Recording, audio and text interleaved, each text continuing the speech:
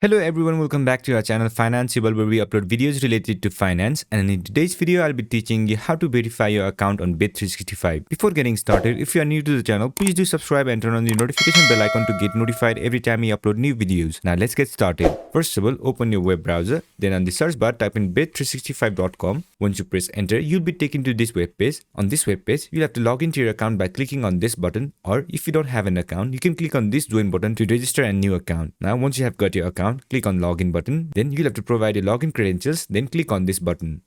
Once you do so, it will ask you to verify your identity. So click on this button where it says verify identity, then it will take you to this page. Now click on this drop down arrow, then you can verify your identity using your driving license, ID card, passport or residency permit or visa. You can choose any options. I just click on my ID card, then you'll have to upload your document. So click on this checkbox, then click on start. Now they will give you three options: either continue on mobile, take photo using your webcam, or upload from this device. You can choose any one. I'll just upload from this device. Then you'll have to choose the file.